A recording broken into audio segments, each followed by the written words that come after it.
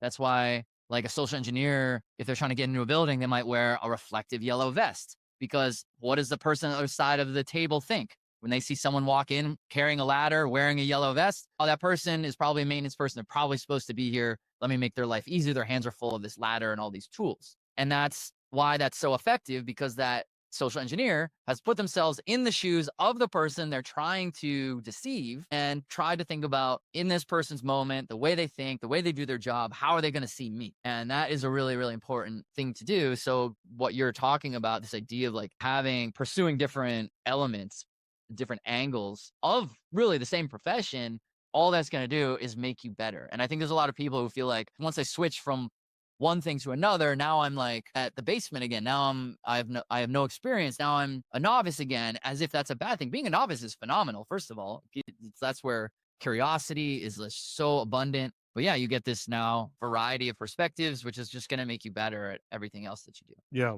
Yeah, that is very true. I feel like there's a stigma still in the industry, right? Where it's almost difficult for people to switch even within security itself, like trying to go from blue team to red team and whatnot. Like they just don't want to spend the time and the money trying to give you that space to learn and grow into that role. They want you to, I guess, like already be the expert, to already be the person in the room that knows and has the answers. How do you get beyond that? Yeah, that is a tough one because when you look at a lot of job descriptions today, they're getting better, but a lot of them are just preposterous, right? They're like, it's an entry level role and you need 15 years experience and a PhD. And you're like, well, which is it?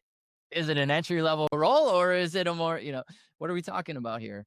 So the first step is that the people who are hiring these types of roles need to be a little more realistic about what they're looking for. I get the idea of wanting to like find the unicorn. Every company wants that in every role they ever hire. They're like, we want this person excel in these ways, and we want to meet our budget requirements in these ways, which probably don't align to that. And it'd be great if they also, as a secondary thing, were elite at this other discipline that's unrelated to that core job. Like a lot of companies, that's the way a lot of job descriptions read.